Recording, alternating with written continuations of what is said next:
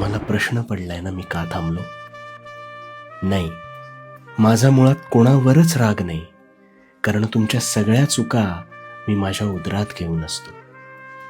मी थांबलो कारण माझ्या दरबारात न्याय हा अगदी समान असतो.